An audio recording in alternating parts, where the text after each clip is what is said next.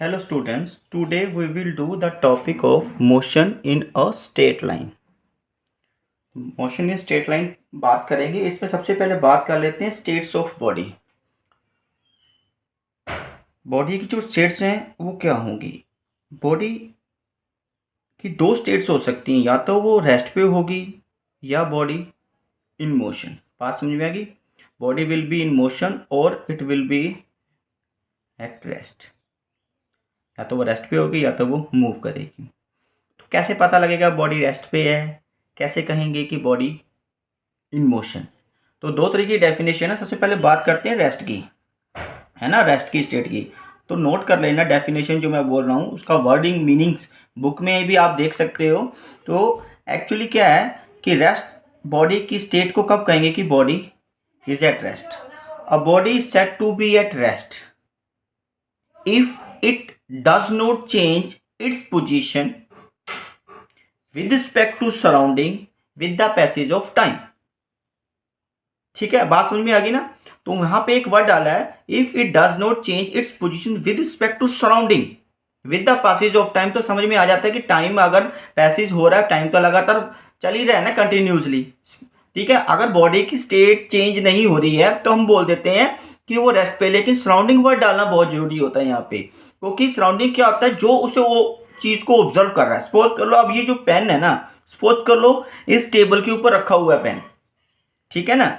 अब ये पेन की सराउंडिंग क्या है, मैं इसे देख रहा हूं, या इसके आसपास जो चीजें या थिंग्स हैं वो इसकी क्या होगी, सराउंडिंग होगी। जो इसके आसपास जो सिस्टम है, या जिस सिस्टम के अंदर ये पेन है, वो इसकी सराउंडिंग्स हो जाएगी। ठीक है, तो मैं फिलहाल इस टाइम मैं इस पेन को देख रहा हूं, या आप इस पेन को देख रहे हैं, तो आपके लिए आप सराउंडिंग्स हो, हम सब सराउंडिंग्स हैं। जो पेन क्या है वो बॉडी है। तो हम कह देते हैं कि ये बॉडी जो है ना, वो अपनी पोजीशन चेंज नहीं कर रही है विद रिस्पेक्ट टू सराउंडिंग। हमारे अकॉर्डिंग ये अपनी पोजीशन चेंज नहीं कर रही with the passage of time. Time लगातार पैसेज हो रहा है लेकिन फिर भी ये पोजीशन अपनी चेंज नहीं कर रही है। तब हम बोलेंगे कि हमारे लिए ये बॉडी क्या है, रेस्ट पे है। तो वो सराउंडिंग डालना होगा। हो सकता है कि अगर मैं मूव करूं, बॉडी तो रेस्ट पे है ना, अगर कोई और सराउंडिंग है, मैं यहाँ हम देख रहे हैं कि हमारे लिए बॉडी रेस्ट पे है, लेकिन कोई और एरोप्लेन से अगर इसको देखेगा तो वो भी तो इसकी सराउंडिंग होगी ना। अगर वो प्लस एक्सिस की डायरेक्शन पे जा रहा है, प्लस एक्स की वन डायमेंशनल मोशन की बात करना, वो प्लस एक्सिस की तरफ जा रहा है, तो बॉडी कोई भी, अगर हम जनरली ट्रेन पे जब बैठते हैं तो रेल की जो ट्रैक्स होते हैं, जब ट्रेन आगे की तरफ जाती है तो हमें लगता है कि जो उसकी जो ट्रैक्स है वो पीछे की तरफ आ रहे हैं। एक्चुअली ट्रैक तो रेस्ट पे ही है ना, लेकिन हमारे लिए वो ट्रैक होता है वो बैकवर्ड डायरेक्शन पे जाता होता है।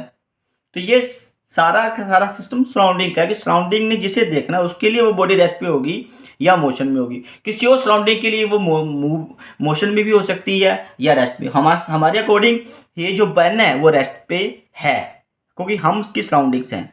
कोई और सराउंडिंग होगा मे बी, उसके लिए उसकी इसकी स्टेट क्या डिपेंड करेगी, वो उसकी कंडीशन पे डिपेंड करेगा। ठीक है, उसकी। तो सेकंड बात करते हैं मोशन की। ठीक है, अब मोशन की बात करेंगे तो मोशन कैसे डिफाइन करोगे। Similarly, if a body said to be in motion if the position of body changes with respect to surrounding with the passage of time. अगर इसकी position with respect to surrounding with the passage of time change होती है, then body उस surrounding के लिए motion में होगी। बात समझ में आ गई। For example, I am standing on a road. I am seeing the car is moving on the road. Then according me, because I am surrounding and car is a body, then according to me, yeah, according to surrounding, car is moving. It means the state of car is in motion. Okay. बात समझ में आई। तो ये सारा का सारा surrounding surrounding word जरूर डालना है अपने। तो दो ही स्टेट होंगी, या तो बॉडी रेस्ट पे होगी या तो बॉडी मोशन के अंदर होगी। ठीक है, बात कर लेते हैं कि मोशन। अब हम रेस्ट की बात कर ली तो एक क्वेश्चन जनरली ये पूछ लेते हैं, रेस्ट एंड मोशन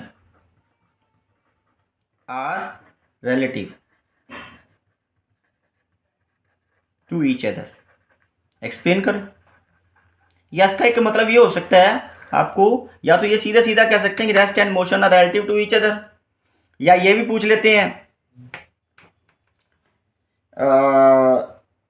कि क्या एक बॉडी की साइमल्टेनियसली दो स्टेट हो सकती हैं, बॉडी रेस्ट पे भी हो और मोशन में भी हो।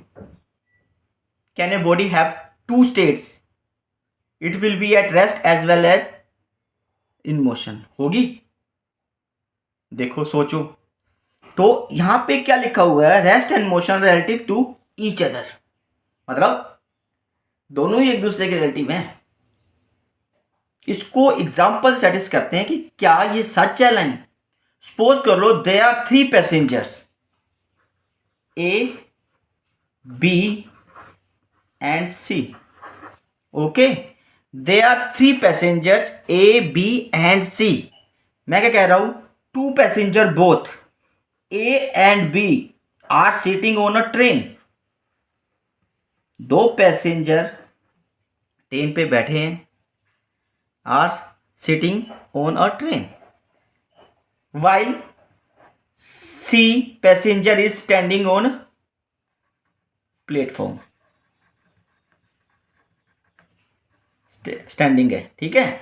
C जो है, तीन पैसेंजर है, A B C प्लेटफॉर्म पे खड़ा हुआ है, दो ट्रेन के अंदर बैठे हुए हैं आमने सामने A एंड B।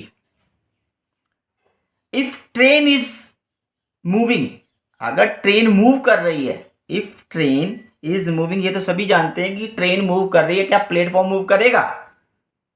नहीं करेगा, प्लेटफॉर्म तो रेस्ट पे ही है ना, ठीक है। तो अब ये सारा खेल सराउंडिंग का हो गया। ए एंड बी दोनों ट्रेन के अंदर बैठे हुए हैं, सी प्लेटफॉर्म पे खड़ा हुआ है, ठीक है। वो ट्रेन को देख रहा है जाते हुए, train is running, train is moving. Okay, अगर ट्रेन मूव कर रही है, ठीक है, जैसे हम स्टेशन पे किसी को छोड़ने जाते हैं ट्रेन पे, तो ट्रेन जब मूव करती है तो देखते हैं ना ट्रेन मूव कर रही है, हम तो प्लेटफॉर्म पे ही रहते हैं, ठीक है। तो वही है, ए एंड बी दोनों आमने सामने अपोजिट एक दूसरे के आमने सामने सीट पे बैठे हुए हैं। तो क्या ए, अब ए की जो स्टेट है वो डिफाइन करते हैं। ए पैसेंजर ए की स्टेट क्या है, बी कहेगा ए रेस्ट पे है, ए और बी दोनों ही मूव कर रहे हैं, सेम स्पीड से मूव कर रहे हैं, तो यहाँ पर रिलेटिव वेलोसिटी कंसेप्ट आ जाएगा, वो भी नेक्स्ट टॉपिक आएगा तब बात करेंगे। लेकिन अभी ए और बी दोनों मूव कर रहे हैं, दोनों बातें कर रहे हैं आपस में, तो उनको पता नहीं लगेगा कि ए कला मूव कर रहा है, क्योंकि बी भी उसके साथ मूव कर रहा है एक्चुअली। तो ये बी कहेगा ए तो मेरे लिए रेस्ट पे है, आप उससे बातें करोगे, दोनों ए बी आपस में बातें करेंगे, कुछ कुछ खाएंगे पिएंगे, तो नो डाउट बड़े इजीली खा सकते हैं, ठीक है ना। तो अब ए और बी आपस में एक दूसरे के लिए तो रेस्ट पे है, तो अब बी कहेगा ए की जो स्टेट है वो रेस्ट पे है, लेकिन सी क्या बोलेगा ए के लिए, सी बोलेगा कि ए तो मूव कर रहा है।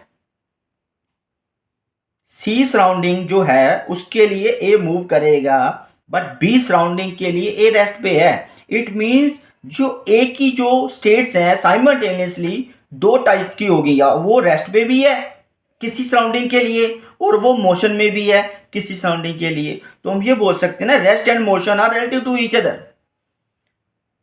किसी एक सराउंडिंग के लिए कोई बॉडी रेस्ट पे हो सकती है, तो जरूरी नहीं है कि वो सभी सराउंडिंग के लिए रेस्ट पे हो, वो दूसरी सराउंडिंग के लिए मोशन में भी होगी, ठीक है। तो ये कंसेप्ट याद रखना है, ये बड़ा इंपॉर्टेंट है। Rest and motion are relative to each other, ठीक है। एक और इससे बात कर लेते हैं, इस टॉपिक में बार बार बात करेंगे पॉइंट ऑब्जेक्ट की। मैं टॉपिक वाइज चलूंगा, सारे टॉपिक इस चैप्टर के सारे टॉपिक एक करके सारे क्लियर करेंगे, ठीक है, तो आपको दिक्कत ना आए। तो पॉइंट ऑब्जेक्ट की साथ में बात कर लेते हैं, सिलेबस के अकॉर्डिंग चलेंगे हम +1 के, उसमें सारे छोटे छोटे माइनर टॉपिक भी हम कोशिश करेंगे कवर करें, मेजर तो करें ही करेंगे, तो माइनर टॉपिक भी आ जाएंगे उसके अंदर, हो सकता तो वो भी कोशिश करेंगे साथ साथ क्लियर करने की कोशिश करें। तो पॉइंट ऑब्जेक्ट की बात करते हैं। पॉइंट ऑब्जेक्ट क्या होता है, पॉइंट से ही नाम है। सपोज करो मैंने एक डॉट लगा दी, इसको आप क्या बोलते हो, पॉइंट ही बोलोगे ना। सर ने ये ब्लैक डॉट है तो आप इसको पॉइंट बोल दोगे, मेरे लिए तो पॉइंट है ना। क्या ये बिल्कुल जो मॉलिक्यूल्स होते हैं, जो एयर के अंदर भी मॉलिक्यूल्स हैं जो उसके साथ अटैच हैं या एटम्स हैं, क्या उसके लिए ये पॉइंट होगा? मेरे को ये पॉइंट दिख रहा है, क्या छोटे जो पार्टिकल्स हैं जिनको मैं सीन देख नहीं पा रहा हूं ढंग से, उसके लिए पॉइंट ऑब्जेक्ट होगा? सोचने वाली बात है। मेरे लिए कोई बॉडी पॉइंट हो सकती है, हो सकता है किसी और के लिए वो चीज पॉइंट ना हो। तो पॉइंट एग्जैक्टली क्या होगा, उसकी शेप पे डिपेंड करेगा, किस सराउंडिंग की शेप को देख रही है। सारा खेल सराउंडिंग का ही है, बॉडी का ऑब्जेक्ट का है। तो क्या करना पड़ेगा कि अगर कोई बॉडी, उसका डायमेंशन बिल्कुल नेग्लिजिबल है, अगर किसी बॉडी का डायमेंशन नेग्लिजिबल है या बिल्कुल स्मॉल डायमेंशंस है, तो उस बॉडी को हम पॉइंट ऑब्जेक्ट बोलेंगे या पॉइंट बॉडी बोलेंगे। बात समझ में आ गई? तो if a body has very small dimensions, very very very small dimension, then body is said to be point object. ठीक है? Any body can be converted into point object. किसी भी बॉडी को हम पॉइंट ऑब्जेक्ट बना सकते हैं। अब आप कहोगे सर ये तो आपके पास क्या नाम है, ये पेन है, क्या इस पेन को पॉइंट ऑब्जेक्ट बना सकते हो आप? मैं कहूँगा बना सकते हैं। If body is placed at very far distance, जहां मैं देख सकूं, बिल्कुल एक टाइम पे तो दिखना ही बंद हो जाएगा ना, वो उसकी बात नहीं कर रहा हूं। At very far distance from the observer, if a body, body बड़ी है साइज में, फिलहाल वो ऑब्जर्वर के पास में रखी हुई है। जैसे ऑब्जर्वर मैं हूं या आप हो, और ये पेन आपको क्या दिखाई दे रहा है, एक सिलेंड्रिकल शेप दिखाई दे रहा है, तो ये पॉइंट ऑब्जेक्ट तो है ही नहीं। तो if a body is placed at very far distance from the observer, then body seems as a point.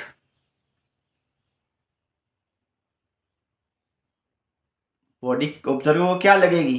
Point लगेगी। अब स्टार है, स्टार तो कुछ क्या जो साइज है वो अर्थ से भी बड़ा है ना, कितनी दूर है, वो डॉट की तरह दिखाई देते हैं। कुछ स्टार तो बिल्कुल ही लगभग डॉट की तरह दिखाई देते हैं। क्यों? They are very far away from us. जो अगर बॉडी का जो डायमेंशंस है, उस डायमेंशन के अकॉर्डिंग बॉडी का जो ऑब्जर्वर से डिस्टेंस है वो बहुत, बॉडी का जो डिस्टेंस है वो बहुत ज़्यादा है as compare to the dimension of the body, then body seems as a point. बात समझ में आ गई? पॉइंट ऑब्जेक्ट क्या होगा? हमें ये नहीं बोल देना हल्की बॉडी है तो पॉइंट। पॉइंट ऑब्जेक्ट कोई भी किसी को भी बोल सकते हैं जो दिखने में बॉडी है, यानी कि ऑब्जर्व का डायमेंशन बहुत ज़्यादा हो as compare to the body, तो उसको बेचारे को पॉइंट ऑफ बॉडी लगेगी। बात समझ में आएगी? ठीक है।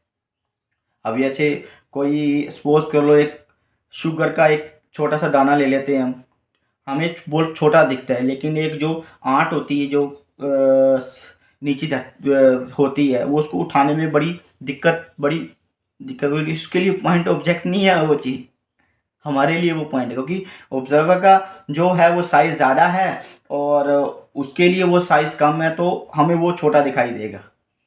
ठीक है ना?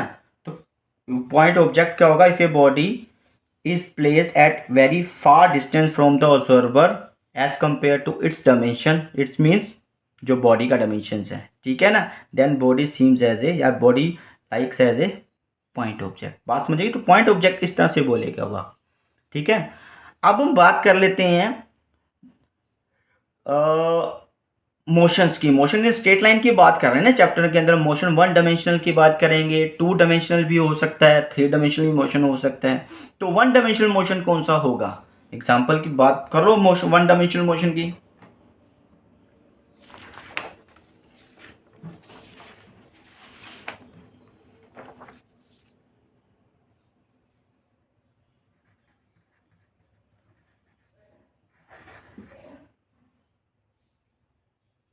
ठीक है, ये मोशन है हमारे पास। हम बात करेंगे one dimensional motion, two dimensional motion and three dimensional motion. ठीक है ना? ये है हमारे पास one dimensional motion,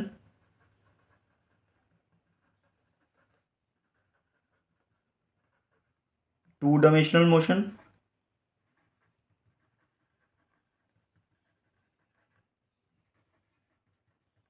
and three dimensional motion. पता क्या चलेगा कि 1 डायमेंशनल मोशन है, 2 डायमेंशनल मोशन है, 3 डायमेंशनल मोशन है। तो हम फ्रेम की बात करते हैं। किसी भी बॉडी को रिप्रेजेंट करने के लिए 3 कोऑर्डिनेट, जनरली 3 डायमेंशनल बात तक ही जाते हैं हम, ठीक है ना। तो सबसे पहले करेंगे 1 डायमेंशनल मोशन। तो डेफिनेशन और समझने का थोड़ा बहुत फ़र्क है। देखो, डेफिनेशन लिखना कुछ और तरीके से, उसको समझना कुछ और अपने तरीके से समझने की कोशिश करोगे। आपने ये कहीं देखा होगा, इस तरह के 3 म्यूचुअल परपेंडिकुलर एक्सिस, है ना, इसको फ्रेम बोल देते हैं जनरली। ये ओरिजिन होता है। ये मैं इसको, इसकी डायरेक्शन दे दूंगा एक्स एक्सिस, इसकी डायरेक्शन दे दूंगा वाई एक्सिस, और इसकी डायरेक्शन दे दूंगा मैं जेड एक्सिस। जनरली इसी तरीके से नोट करते हैं हम, 3 तक ही जाएंगे। तो उसकी या तो बॉडी एक टाइम पे एक्स की तरफ मूव करेगी 1 डायमेंशनल में, या तो वाई की तरफ मूव करेगी, या तो सिर्फ और सिर्फ जेड की तरफ मूव करेगी। अब ठीक है ना, तो वो होगा 1 डायमेंशनल मोशन। 1 डायमेंशनल मोशन का मतलब क्या है? सपोज कर लो आपके पास कोई एक वायर है, बात समझ में यार, एक पतली सी एक वायर है आपके पास, उसके अंदर आपने एक बीड डाला हुआ है। क्या डाला हुआ है? एक मोती डाला हुआ है, बीड। अगर वो बीड ट्रेवल करता है तो वो जैसे जिस डायरेक्शन में, बिल्कुल स्ट्रेट वायर है ना, बिल्कुल स्ट्रेट वायर है, तो उसी डायरेक्शन में वो मूव करेगा। समझ में आ गई? उसी डायरेक्शन में मूव करेगा। तो जो मोशन होगा बीड का, वो होगा 1 डायमेंशनल मोशन। बात समझ में आ गई? 1 डायमेंशनल मोशन क्या होगा? If body travels only in 1 direction. 1 direction का मतलब है, मैंने यहाँ पे 3 डायरेक्शन बनाई है, एक्स वाई जेड, 3। तो अगर आप, टाइम तो साथ के साथ रहेगा ना। इफ बॉडी की स्टेट को डिफाइन करने के लिए उसको चाहिए पोजीशन और चाहिए टाइम। दो तरीकों से दो चीज तो चाहिए किसी भी स्टेट बॉडी की डिफाइन करने के लिए यार। वो अगर वो मोशन में है या वो रेस्ट पे है, तो हमें 2 चीजों के बारे में बताना पड़ेगा। पोजीशन चेंज हो रही है विद रिस्पेक्ट टू टाइम या नहीं हो रही।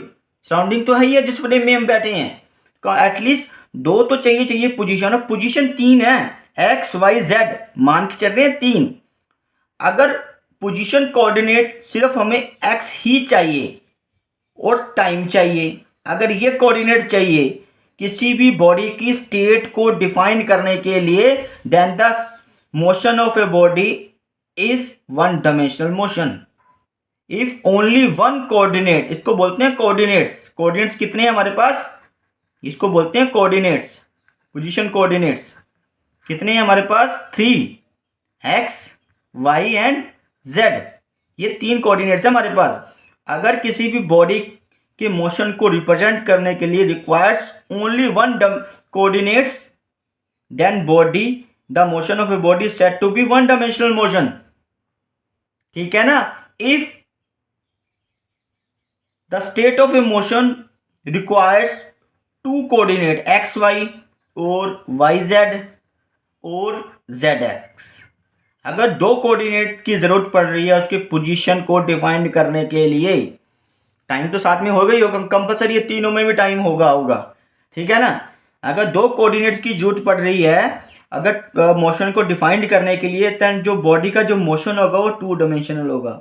अगर तीनों की जरूरत पड़ रही है, if it requires all coordinates, 3 coordinate x y z to define the motion of a body, a state of a body, then the motion is said to be in 3 dimensional motion। बात समझ में आई?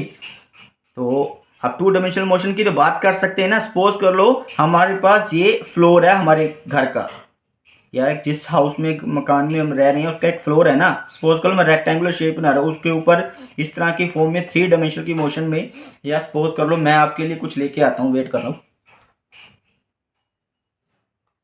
ठीक है।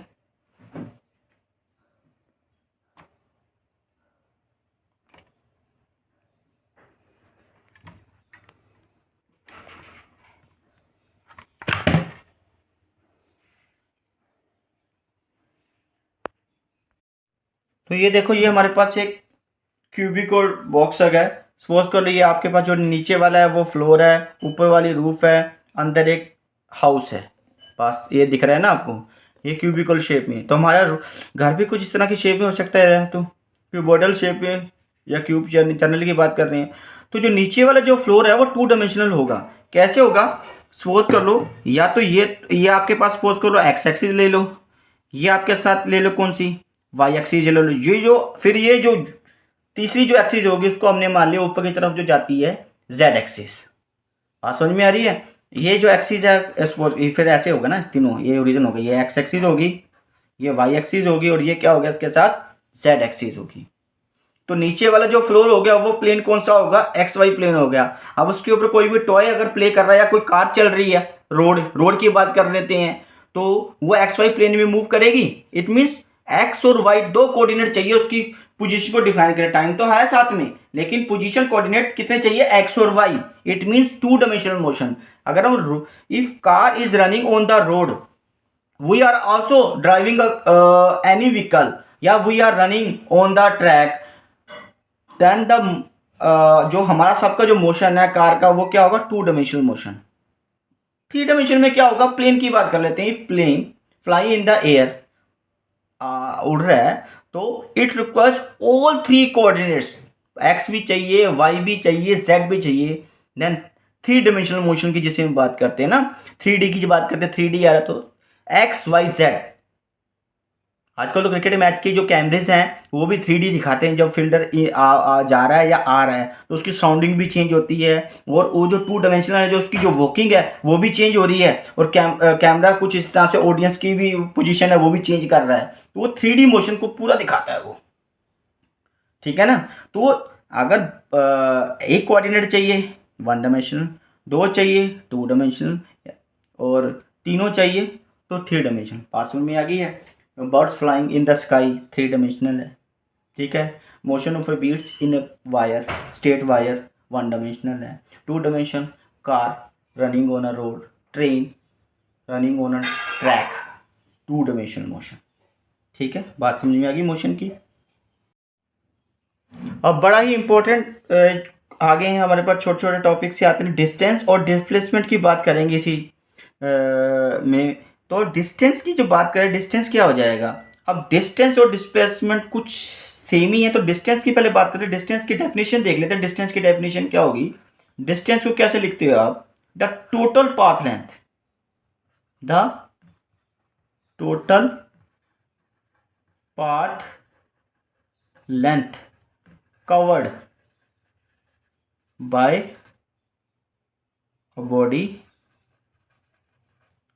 a body in a given interval of time, in a given interval of time is known as distance। बता रहा हूं, लिख देता हूं। उसके बाद डिस्प्लेसमेंट, डिस्प्लेसमेंट की बात कर लेंगे। द शॉर्टेस्ट डिस्टेंस, एक डेफिनेशन आपके पास ये लिख लो, द शॉर्टेस्ट डिस्टेंस है, ये भी डिस्टेंस की फॉर्म में लिखेंगे इसको भी, है the shortest distance between initial and final position of a body.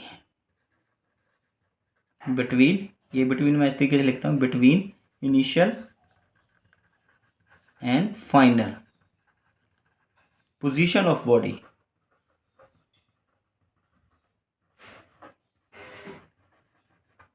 is said to be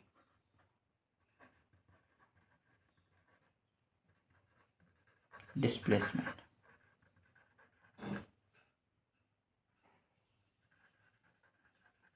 क्या is called, said to be ना लिखो, is called displacement। मतलब क्या हुआ? सपोज कर लो बॉडी की जो स्टार्टिंग पोजीशन है वो ए है, फाइनल पोजीशन क्या है? बी है। अब डिपेंड करेगा वो जा कैसे रहा है। सपोज कर लो इस तरीके से जा रहा है वो, हम जाते हैं ना कई बार स्कूल जाते हैं, कहीं बाजार जाते हैं, दुकान जाना किसी दुकान पे होता है, स्ट्रेट लाइन थोड़ी ना जाते हैं, जहाँ से रोड लेके जाएगी वहाँ से घूम घूम के जाते हैं। तो सपोज कर लो ऐसे जाना था हमने, स्ट्रेट लाइन तो ये हो जाएगा ना आपके पास, ये जो रेड से डिनोट कर रहा हूँ वो क्या है, स्ट्रेट लाइन। अब स्ट्रेट लाइन के बीच में कोई कुछ भी खड्डा आ जाए या कुछ भी और आ जाए तो अब उसके अंदर थोड़ी ना जा सकते हैं प्रैक्टिकली, तो यहाँ से रोड है वहीं जाएंगे ना। तो बात कर रहे हैं कि जो रेड से दिखा रहे हैं वो स्ट्रेट लाइन है, और ये दिखा रहे हैं ये घूम फिर के जा रहे हैं। तो टोटल पाथ लेंथ यहाँ से आप मेजर करते चले जाओगे कितना उसने ट्रैवल कर लिया, कितने किलोमीटर या सेंटीमीटर में कितना भी ट्रैवल किया है, वो उसका डिस्टेंस हो जाएगा, ये जो ब्लैक से दिख जा रहे हैं। लेकिन अगर डिस्प्लेसमेंट की बात करेंगे तो जस्ट हम चेक करेंगे इनिशियल और फाइनल पोजीशन क्या है, उसके बीच में बिल्कुल स्ट्रेट लाइन, बीच में कुछ भी आ रहा है तो हम स्ट्रेट लाइन जो डिस्टेंस मेजर होगा ना इनिशियल, वो बिल्कुल बात भी अब ये कुछ तो उसको बोलते थे डिस्प्लेसमेंट। और जो स्ट्रेट लाइन है शॉर्ट इनिशियल और फाइनल पॉइंट में, वो हमेशा शॉर्टेस्ट पाथ ही होगा, या shortest path between initial and final position is always a straight line. ये ध्यान रख लो, जो छोटे से छोटा रास्ता है ना किसी दो पॉइंट के बीच में, हमेशा ही स्ट्रेट लाइन होता है, और वो डिस्प्लेसमेंट ही उसी से डिस्प्लेसमेंट निकलता है जो स्ट्रेट लाइन होती है। डिस्टेंस कुछ भी हो सकता है। बात समझ में आ गई? एक तो ये क्लियर होगा डिस्टेंस और डिस्प्लेसमेंट क्या है, यानी कि डिस्टेंस हमेशा डिस्प्लेसमेंट के बराबर हो सकता है या उससे बड़ा होगा। डिस्टेंस, अब इस केस में जो डिस्टेंस है वो ज़्यादा आएगा। देखो आप इंची टेप ले लो, यहाँ से मेजर करोगे टेप से तो डिस्टेंस ज़्यादा आ जाएगा, स्ट्रेट लाइन वाला हमेशा कम हो जाएगा। शॉर्टेस्ट है ना, नाम ही उसका शॉर्टेस्ट है। तो डिस्प्लेसमेंट की वैल्यू डिस्टेंस के इक्वल हो सकता है। अगर बॉडी में गई स्ट्रेट लाइन है तो वही उसका डिस्प्लेसमेंट है, वही उसका डिस्टेंस है। अगर गया ही सीधा स्ट्रेट लाइन है, कहीं पर टर्न नहीं हुआ, इनिशियल और फाइनल पॉइंट बिल्कुल स्ट्रेट है, दोनों एक लाइन पे है इनिशियल और फाइनल पॉइंट, अगर यही डेड वाली बॉडी ट्रैवल की होती तो यही डिस्टेंस बन जाता, यही डिस्प्लेसमेंट बन जाता। बात समझ में आई? तो डिस्टेंस और डिस्प्लेसमेंट समझ में आ गया। अब बात करते हैं कि दोनों में डिफरेंसेस कहाँ पे क्रिएट होंगे। डिस्प्लेसमेंट जो है ना वो वेक्टर क्वांटिटी आ जाएगी। बात समझ में? तो आज के मेन टॉपिक की बात कर लेते हैं हम। तो बड़ा इंपॉर्टेंट क्वेश्चन पूछ लेते हैं, डिफरेंसेस बताओ डिस्टेंस और डिस्प्लेसमेंट। तो पहले तो डेफिनेशन ही लिख देनी है आपने। डेफिनेशन में क्या लिखोगे, ये क्या है, टोटल पाथ लेंथ,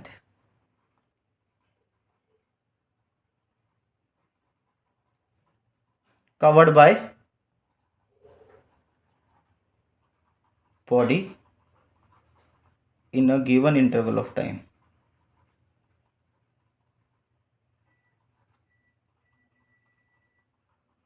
इसमें क्या लिखोगे, shortest distance.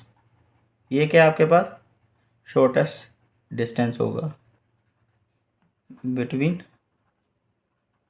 Initial and final position of body. Second point है, जो डिस्टेंस होगा वो हमेशा पॉजिटिव में होता है। पहले तो ये बात कर लेते हैं कि ये जो डिस्टेंस है वो स्केलर क्वांटिटी है। ये क्या है, स्केलर क्वांटिटी।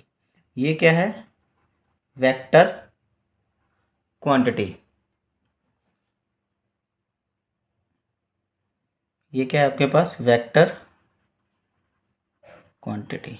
अब स्केलर क्वांटिटी कुछ अब बताया था कि स्टेट बताई थी, या तो बॉडी रेस्ट पे हो सकती है या तो मोशन। वैसे ही कोई भी क्वांटिटी, फिजिकल क्वांटिटीज, जैसे बात करी थी, फोर्स हो गया था, वेलोसिटी हो गई थी, स्पीड हो गई थी, वर्क हो गया था, एनर्जी हो गई थी, ये सारी की सारी फिजिकल क्वांटिटी, फिजिक्स की टर्म, जिसकी फिजिक्स की डेफिनेशन है ना फिजिक्स में, वो फिजिकल क्वांटिटी है। डिफाइन तो क्वांटिटी को ही करना है ना हमने। इम्पल्स हो गया, मोमेंटम हो गया, ये सारी की सारी फिजिकल क्वांटिटी है। ड्राइव्ड है या फंडामेंटल्स हैं, मास, लेंथ, टाइम, ये ड्राइव्ड है या फंडामेंटल्स हैं, नो इसकी कोई दिक्कत नहीं है। बट फिजिकल क्वांटिटी है ना, वो फिजिकल क्वांटिटी कुछ स्केलर होती हैं, कुछ वेक्टर होती हैं। अब स्केलर क्वांटिटी क्या होती है, अभी ऐसी क्वांटिटी जिसका सिर्फ और सिर्फ मैग्नीट्यूड ही हो, नंबर हो कोई। सपोज कर लो मास है ना, मास 2 kg, 3 kg, 4 kg, 2 centimetre length कोई अगर बात करेंगे, मास की बात कर लेते हैं, सपोज लेंथ की बात नहीं करेंगे, मास की बात कर लेते हैं। मास 2 kg, 3 kg, 4 kg। कभी डायरेक्शन की बात थोड़ी ना करिए कि कौन सी डायरेक्शन में मास पड़ा है, कौन सी डायरेक्शन में नहीं पड़ा, क्या फ़र्क पड़ता है तो मास ही रहेगा। अब 3 kg अगर अगर आप कोई सामान लेने जाओ 3 kg, तो क्या फ़र्क पड़ता है उसमें, 3 kg रहेगा। फ़र्क थोड़ी ना पड़ेगा, यहाँ से लिया है किसी और डायरेक्शन में, जो शॉप थी वहाँ से लिया है, या किसी और डायरेक्शन में शॉप थी वहाँ से लिया है, तो वो स्केलर क्वांटिटी है। ऐसी क्वांटिटीज, ऐसी physical quantity which have both, आपके पास सिर्फ और सिर्फ अगर आपके पास मैग्नीट्यूड है तो स्केलर, अगर मैग्नीट्यूड एंड डायरेक्शन बोथ है तो आपके पास वेक्टर क्वांटिटी होगी। बात कर लेते हैं वेलोसिटी की। वेलोसिटी क्या होती है, एक्चुअली स्पीड की तो सभी हम बात करते हैं, स्पीड क्या होती है, कितने किलोमीटर पर आवर बाइक चलाते हैं, कार चलाते हैं, सारी स्पीड से ही बात करते हैं। वेलोसिटी की बात करते हैं किस स्पीड में किस डायरेक्शन में है, साथ अगर स्पीड के साथ डायरेक्शन जुड़ जाए फिर उस चीज़ को बोलते हैं वेलोसिटी। तो डायरेक्शन जुड़ गई है आपके पास, किस डायरेक्शन में जा रहे हो आप, तो वो क्या आपके पास वेलोसिटी गिनी जाएगी, तो वो वेक्टर क्वांटिटी है। If physical quantity have both magnitude as well as directions, then that quantity is said to be vector quantity. If the physical quantity has only magnitude, then that physical quantity is known as scalar quantity. बात समझेगी, तो next जो topic आएगा उसमें vector का, जो उसमें scalar quantity और physical quantity की बात कर लेंगे। तो हम ये देख लेना, यहाँ पे लिख देंगे कि जो डिस्टेंस है वो स्केलर है, वेक्टर है जो डिस्प्लेसमेंट है, जो डिस्टेंस है वो स्केलर क्वांटिटी है, डिस्प्लेसमेंट क्या है वेक्टर। तीसरा करेंगे, जो डिस्टेंस है ना हमेशा 0 से बड़ा होगा या पॉजिटिव होगा। 0 हो सकता है तो क्या कहेंगे हम, डिस्टेंस तो बॉडी ने ट्रैवल ही नहीं किया, body is said to be at rest. अगर डिस्टेंस किसी भी चीज का 0 हो गया तो हम बोलेंगे बॉडी ने मूव ही नहीं किया। If body does not change its position with respect to surrounding with the passage of time, it means the distance covered by body is 0। एक ही बात, अगर बॉडी मूव कर रही है तभी डिस्टेंस का नाम करेंगे ना। अगर बॉडी मूव है तो डिस्टेंस है, अगर बॉडी रेस्ट पे है तो डिस्टेंस की वैल्यू 0 है। इट मीन्स हमेशा डिस्टेंस 1 किलोमीटर 2 किलोमीटर गाड़ी चल गई, स्पीडोमीटर का रिवर्स थोड़ी ना होगा अपने आप, जब तक उसे जानबूझ के हम नहीं करेंगे। तो जो स्पीडोमीटर लगा हुआ है कभी पीछे आया है, नहीं आया है ना, 0 तो नहीं हुआ ना। जब भी हम चलाते हैं तो उसका 0 वो एक बार इंक्रीज नहीं होगा तो बढ़ता ही जाएगा जब हमेशा, तो वो पॉजिटिव ही होगा डिस्टेंस। डिस्प्लेसमेंट क्या होगा, वो 0 भी हो सकता है, पॉजिटिव भी हो सकता है एंड नेगेटिव भी हो सकता है। Displacement can be 0, positive as well as negative. तो बात करेंगे 0 कैसे होगा, हम पता क्या होता है, सपोज कर लो ये प्लस एक्सिस है, प्लस एक्सिस है, ये 0 है आपके पास, तो इस साइड क्या होगा, ग्राफ करते हैं ना माइनस एक्सिस से होता है। अगर बॉडी ने यहाँ पे प्लस एक्स की तरफ 5 किलोमीटर ट्रैवल किया है और बॉडी ओ से ए की तरफ जाती है 5 किलोमीटर ट्रैवल करके और वापस ही आ जाती है 0 की तरफ। पहले 5 किलोमीटर चली प्लस एक्स की तरफ, फिर बैक 5 किलोमीटर चली माइनस एक्स की तरफ, तो डिस्प्लेसमेंट क्या होगा 0, +5 एंड -5। बात समझ में आ गई। डिस्प्लेसमेंट को लिखोगे +5 जाने का और आने का माइनस हो जाएगा तो वो 0 हो जाएगा। नेगेटिव भी हो सकता है, 5 किलोमीटर प्लस की तरफ गई है और 7 किलोमीटर माइनस एक्सेस की तरफ गई है, तो रिजल्टेंट क्या होगा -2, तो नेगेटिव में भी आ जाएगा वो। बात समझ में आई। अभी मैं IJK नहीं लगा रहा हूँ यहाँ पे, नेक्स्ट चैप्टर में बात करेंगे कि IJK क्या होता है। एक्सिस की तरफ I लगाएंगे, वाई एक्सिस की तरफ है तो J लगाएंगे यूनिट वेक्टर, Z की तरफ है तो K लगाएंगे, तो वहाँ से आपको काफ़ी क्लियर हो जाएगा डिस्प्लेसमेंट क्यों नेगेटिव में आता है। वेक्टर जब क्वांटिटी करेंगे तो वहाँ पे डिस्प्लेसमेंट आपको और भी ज़्यादा, इसका जो नेक्स्ट यूनिट वो है काइनेमेटिक्स का, ये एक टॉपिक्स है नेक्स्ट वेक्टर, तो वहाँ पे हम बात कर लेंगे। चलो ये आपके पास डिस्प्लेसमेंट और डिस्टेंस हो गया है ना। तो उसके बाद बात कर लेते हैं स्पीड की एंड वेलोसिटी की। उससे पहले हम यूनिफॉर्म और नॉन यूनिफॉर्म की बात कर लेते हैं ना। यूनिफॉर्म मोशन क्या होता है, यूनिफॉर्म मोशन बात करते हैं, यूनिफॉर्म मोशन क्या होता है। यूनिफॉर्म मोशन में मैं एक चीज़ लिख रहा हूँ आपके पास, सपोज कर लो ये जो मोशन है, वन डायमेंशनल मोशन की बात कर रहा हूं मैं, क्या ले रहा हूं, one dimensional motion. One dimensional motion समझने के लिए ले रहे हैं।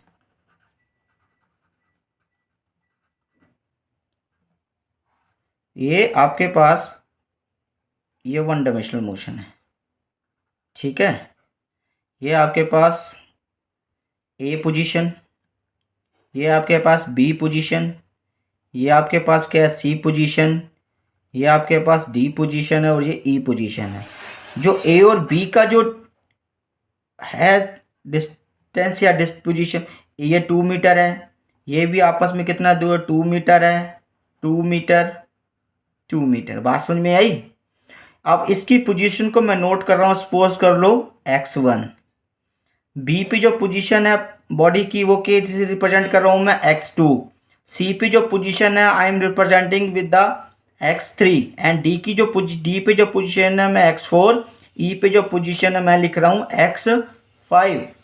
अब ए पे जो टाइम है सपोज कर लो नोट किया मैंने t1, बी पे टाइम कितना नोट किया है मैंने t2, सी पे टाइम नोट किया है t3, डी पे टाइम कितना नोट किया है d4, एंड इस पे टाइम नोट किया है t5। तो मैं इंटरवल की बात कर रहा हूं, तो इंटरवल क्या हो जाएगा, आप ये देखो डिस्टेंस ट्रेवल, ये कितना ट्रेवल किया, एक्स ए से बी तक कितना ट्रेवल किया आपने, 2 मीटर। बॉडी ने कितना ट्रेवल किया ए से लेकर बी तक, 2 मीटर। बी से लेकर सी तक कितना ट्रेवल किया है, 2 मीटर। सी से डी तक कितना ट्रेवल किया है, 2 मीटर। डी से कितना ट्रेवल किया है, 2 मीटर। तो सारे ही 2 मीटर हैं। तो मैं देखो क्या लिख रहा हूं, x1। अब लिखूंगा x2 माइनस x1, इसकी वैल्यू कितनी है, x2 माइनस x1 की वैल्यू कितनी आ जाएगी, 2 मीटर। ये क्या है आपके पास अभी स्ट्रेट लाइन की बात कर रहा हूं ना, तो डिस्प्लेसमेंट और डिस्टेंस दोनों ही सेम ही है। जब 2 डायमेंशनल की बात आ जाएगी या कर्व्ड की बात आ जाएगी मोशन, जब स्ट्रेट लाइन नहीं रहेगा तब डिस्प्लेसमेंट और डिस्टेंस में फर्क आएगा। जब स्ट्रेट लाइन है तब आप डिस्टेंस और डिस्प्लेसमेंट, मैग्नीट्यूड की बात कर रही हो तो कुछ भी लिख सकते हो, डिस्टेंस लिख दो या डिस्प्लेसमेंट लिख दो, अगर डायरेक्शन की बात नहीं करनी तो। x2 और x1 डिस्प्लेसमेंट कितनी है, 2 मीटर। ये सारी ही बराबर हैं। देखो ये x3 माइनस x2, अब देखो इसको ऐसे लिख लो आप, x2 माइनस x1, ये या x3 माइनस x2, या x4 माइनस x3, या x5 माइनस x4, सारी बराबर हैं 2 मीटर के। तो कितना डिस्टेंस ट्रेवल किया है बॉडी ने, 2 मीटर, ये इस इंटरवल में। तो टाइम इंटरवल क्या आ जाएगा आपके पास, t2 माइनस t1। ये फर्स्ट टाइम पे इंटरवल आ गया आपके पास। सेकेंड इंटरवल टाइम कितना है, t3 ले लिया, t2, ये इंटरवल ऑफ टाइम, इसको बोलोगे इंटरवल ऑफ टाइम्स। ये सारे के सारे इंटरवल ऑफ टाइम है। तो अब डेफिनेशन आपको क्लियर हो जाएगी इंटरवल ऑफ टाइम जो मैं लिखने वाला हूं, t4 माइनस t3। इसी तरीके से t5 माइनस t4, ये सारे के सारे सपोज कर लो कितने सेकंड है, इसको भी 1 सेकंड लगा, ये या 2 सेकंड ले लो, 2 सेकंड।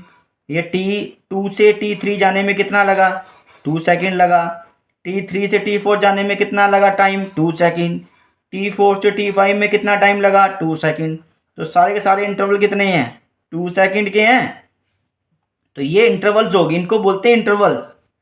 अब डेफिनेशन क्या है यूनिफॉर्म मोशन की, if body covers equal displacement, if body covers equal displacement in equal interval of time then body is said to be in uniform motion। अगर equal interval of time, her 2-2 second में वो same displacement ही travel कर रही है तो uniform motion ही होगा, यानी कि वेलोसिटी में तो चेंजेस नहीं आया। If body covers unequal displacement in equal of time, अगर 2 सेकंड में पहले 3 किलोमीटर चली गई, फिर अगले 2 सेकंड में वो 5 किलोमीटर चली गई, तो डिस्प्लेसमेंट कितना ट्रैवल किया, एक में 3 किया, एक में 5 कर लिया, अलग अलग कर लिया। इट मीन्स वो नॉन यूनिफॉर्म मोशन होगा, वहां पे स्पीड कम या ज़्यादा हो सकती है, तो वहां पे एक्सेलरेशन का कंसेप्ट आ जाएगा। यानी कि एक्सेलरेशन है चेंज इन वेलोसिटी, वहाँ पे उसको एक्सेलरेशन बोलोगे। वो एक्सेलरेशन पॉजिटिव भी हो सकता है जब स्पीड बढ़ रही है, जब ब्रेक मारोगे तो स्पीड कम होएगी, उसको नेगेटिव एक्सेलरेशन भी बोलते हैं या रिटार्डेशन भी बोलेंगे। नेक्स्ट आएगा तो बात करेंगे उसकी, ठीक है। तो यूनिफॉर्म मोशन की डेफिनेशन में क्या लिखोगे, if body covers equal displacement in equal interval of time then body is said to be uniform motion.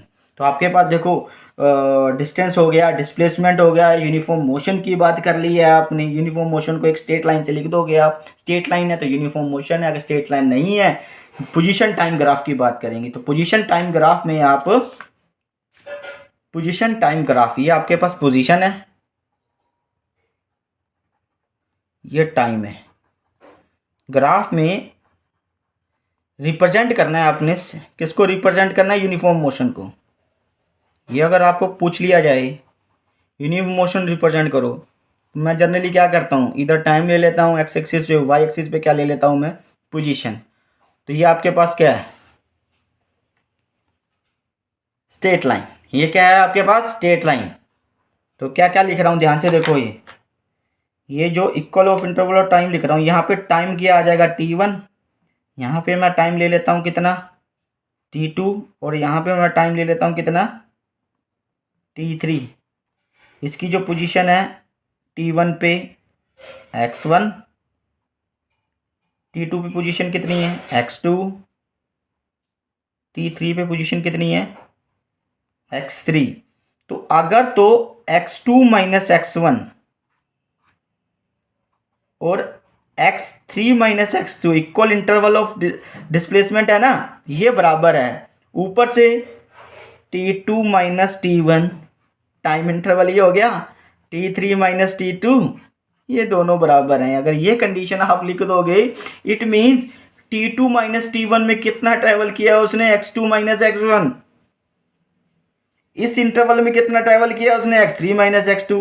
तो ये क्या होगा, it covers equal displacement in equal interval of time. Same time पे same distance या displacement cover हो रहा है, तो क्या बोलोगे आप उसे, यूनिफॉर्म मोशन ही बोलोगे आप उसे, है ना। हाँ, अगर ये दोनों बराबर ना होते, ये अगर टाइम इंटरवल तो सेम है, अगर ये दोनों बराबर ना होते, सपोज कर लो x2 माइनस x1 कुछ हो रहा है, x3 माइनस x2 कुछ हो रहा है, ये 2 किलोमीटर है, सपोज कर लो ये 3 किलोमीटर है, उस कंडीशन में ये दोनों बराबर नहीं होंगे, तो आपके पास वो क्या हो जाएगा, नॉन यूनिफॉर्म मोशन हो जाएगा। इसको बोलते हैं एक्सेलरेटेड मोशन हो जाएगा, डी एक्सेलरेटेड मोशन हो जाएगा, वो डिपेंड करेगा कि वेलोसिटी बढ़ी है या कम हुई है, ठीक है। ये कंसेप्ट याद रख लेना है। तो रिप्रेजेंटेशन इस तरीके से है। अब इसी पोजीशन टाइम ग्राफ से बात आ जाती है स्पीड की एंड वेलोसिटी की। तो बात करेंगे वेलोसिटी या स्पीड की। तो सबसे पहले स्पीड देख लेते क्या होती है। स्पीड को the rate of change of distance with respect to time, speed को मैं लिख रहा हूं v से, rate of change of distance, distance with respect to time dx by dt,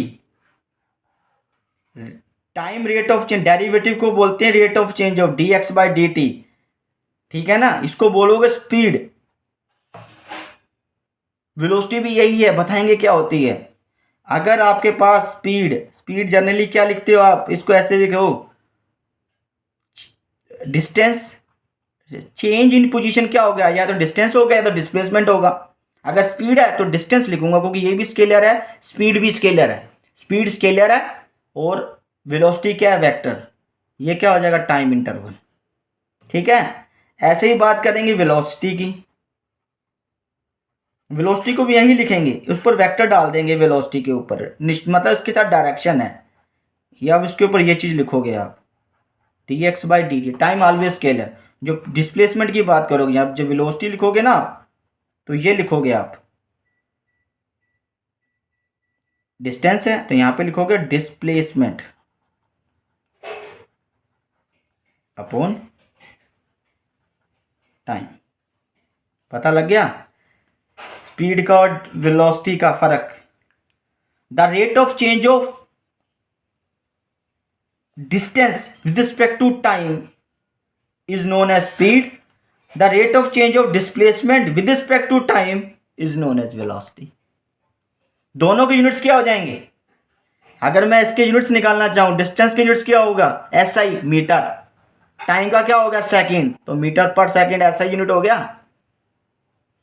इसका यूनिट्स क्या आ जाएगा, मीटर पर सेकंड, दोनों का मीटर पर सेकंड, मीटर बटा सेकंड, टाइम का सेकंड है, डिस्प्लेसमेंट का मीटर है, तो यूनिट्स क्या आ जाएगा मीटर। तो डायमेंशन निकालना चाहूँ स्पीड के, स्क्वायर ब्रैकेट में लिख रहे डायमेंशन, डिस्टेंस का डायमेंशन क्या आता है L, और टाइम का डायमेंशन क्या आता है T, यानी कि L T ऊपर जाए क्या आ जाएगा -1, LT -1 is the dimension formula of speed. Velocity का भी डायमेंशन फॉर्मूला सेम ही आएगा। डिस्प्लेसमेंट क्या है, L है, वेक्टर हो चाहे स्केलर हो, ये T आ जाएगा, तो LT -1, यानी कि LT -1 is the dimension formula of speed और वेलोसिटी। बात करेंगे वही दोनों के बीच का फिर डिफरेंस क्या है, स्पीड क्या चीज़ है, वेलोसिटी क्या चीज़ है। तो पहला पॉइंट डिस्प्लेसमेंट और डिस्टेंस याद करो। पहला पॉइंट क्या था आपके पास, पहले तो डेफिनेशन देख लेंगे।